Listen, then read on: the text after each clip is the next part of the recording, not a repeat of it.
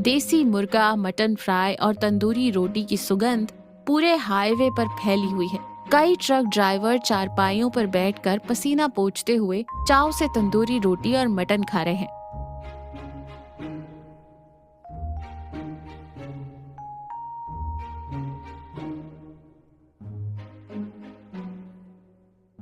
एक truck driver रोटी के साथ मटन चबाते हुए कहता है, अरे शंभू भाई, तुम्हारे हाथों में क्या जादू है यार। उस चंपकलाल के ढाबे का बटर चिकन खा खा कर हमारी आंतें सड़ गई थी। तुम्हारा ये देसी मुर्गा खाने से ही शरीर में जान आ रही है। चंपकलाल अपने महंगे ढाबे की कांच की खिड़की से ये सब देख रहा है। उसका ढाबा पूरी तरह खाली पड़ा है। उसका चेहरा गुस्से से लाल हो जाता है। वो अपने हाथ का चाय का ग्लास जमीन पर पटककर तोड़ देता है और अपने गुड्डों को बुलवाता है। ये भिखारी मेरी नाक के नीचे अपना धंधा चमका रहा है। मेरे रॉयल ढाबे के ग्राहक उसकी उस गंदी झोपड़ी में जाकर खा रहे हैं। मेरा व्यापार बर्बाद हो रहा है। मैं ये बर्दाश्त नहीं करूंगा। भैरव, कालिया, आज रात जाकर उस शंभू को अच्छी तरह सबक सिखाओ। उसकी मांस की हांडियां फोड़ दो, उसकी तिरपाल में आग लगा दो। कल सुबह तक वो मुझे नजर नहीं आना चाहिए। रात का 1 बज रहा है। शंभू और कस्तूरी अगले दिन के लिए मसाले पीसकर ढाबा बंद करके सो चुके हैं। अचानक अंधेरे में से भैरव और कालिया लाठी लेकर वहां आते हैं। वे बेरहमी से ढाबे के बांस के खंभे तोड़ना शुरू कर देते हैं।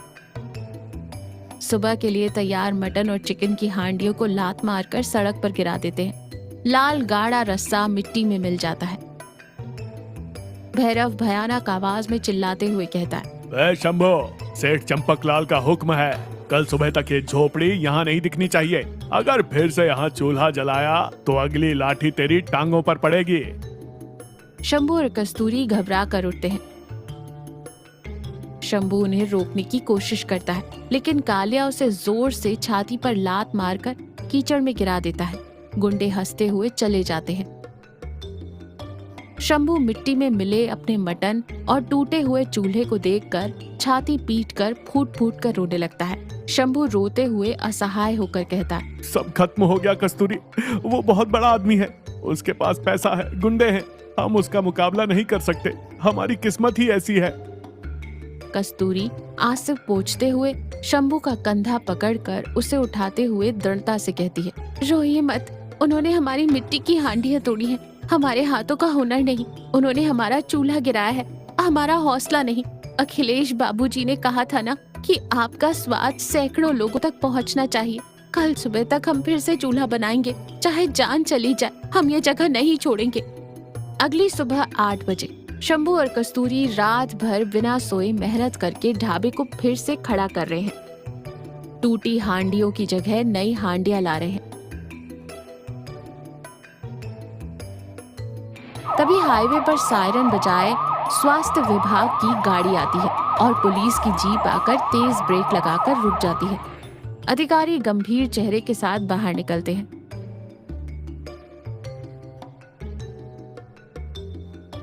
सेठ चंपकलाल रॉयल पंजाबी ढाबा का मालिक कहाँ है?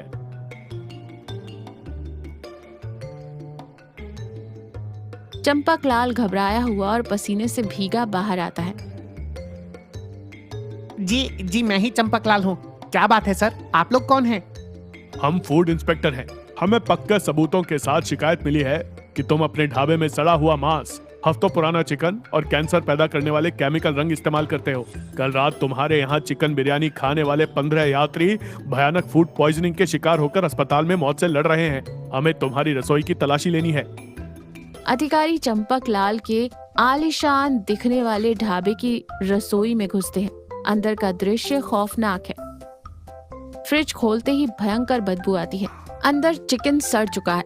चूहों से कुतरे हुए मसालों के बोरे और इंडस्ट्रियल फूड कलर्स के डिब्बे मिलते हैं। खाद्य अधिकारी नाक बंद करते हुए घृणा से कहते हैं, छी, क्या है ये सब? चंद पैसों के लिए तुम लोगों की जान से खेल रहे हो। बाहर 5 स्टार जैसा दिखावा और अंदर इतनी सड़ांध। इंस्पेक्टर, इसे तुरंत गिरफ्तार कीजिए और इस ढाबे को परमानेंट सीज कर दीजिए। पुलिस चंपकलाल का कॉलर पकड़कर उसे बाहर खींचती है और हथकड़ी पहनाती है।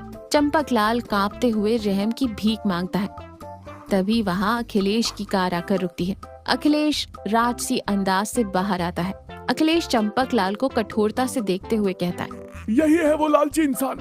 ऑफिसर साहब, शिकायत मैंने ही दर्ज करवाई है। मेरी मीट फैक्ट्री के कर्मचारी कल इसके यहाँ खाना खाकर जिंदगी और मौत के बीच झूल रहे हैं। अखिलेश की नजर शंभू के टूटे हुए और फिर से खड़े किए जा रहे ढाबे पर पड़ती है। वो शंभू के हाथों पर लगी चोटों को देखता है और तेजी से शंभू के पास जाता है।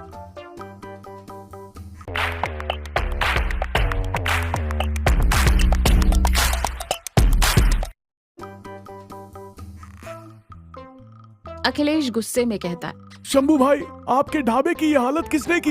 ये चोटें कैसी हैं? शंभू हाथ बांधकर सिर झुकाकर कहता है, रात को कुछ गुंडे आए थे बाबूजी, सब तोड़ फोड़ गए। इसी चंपकलाल सेठ ने भेजा था।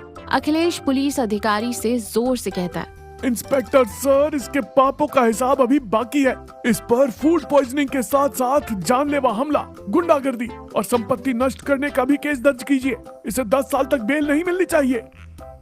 6 महीने बाद उसी हाईवे का दृश्य। माहौल बिल्कुल शांत है। एक समय के रॉयल पंजाबी ढाबे पर एक बड़ा सा ताला लटका है। चारों ओर जंगली घास उग गई है और उस पर स्वास्थ्य विभाग और पुलिस द्वारा सीज किया गया एक बड़ा बैनर फटकर लटक रहा है।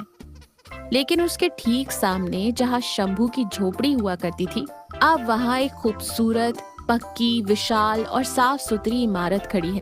उसके ऊपर बड़े अक्षरों में गरीब का हाईवे ढाबा, यहाँ देसी मुर्गा और मटन मिलेगा का बोर्ड चमक रहा है। अंदर ग्राहकों के बैठने के लिए साफ मेजें, कुर्सियां, लेकिन खाना पकाने का काम आज भी पारंपरिक मिट्टी के बड़े चूल्हों पर ही हो रहा है। अखिलेश एक खास मेज पर बैठा है और देसी मुर्गे का लेग पीस और तंदूरी रोटी बहुत ही मजे से खा रहा है। अखिलेश संतुष्टि के साथ कहता है, वाह शंभू, झोपड़ी चली गई और पक्की इमारत आ गई। ढाबा बड़ा हो गया, लेकिन तुम्हारे हाथों का वो जादुई स्वाद और खाने की शुद्धता बिल्कुल नहीं बदली। लाजवाब। शंभू हाथ जोड़कर आंखों में खुशी के आंसू लिए कहता है, ये सब आपकी मदद और भगवान की कृपा है बाबूजी। आपने मुझे सही समय पर उच्च क्वालिटी के मांस और मसालों के व्यापार के बारे में बताया और ये पक्का ढाबा बनवाने के लिए बैंक से लोन भी दिलवाया, वरना ये गरीब तो उस रात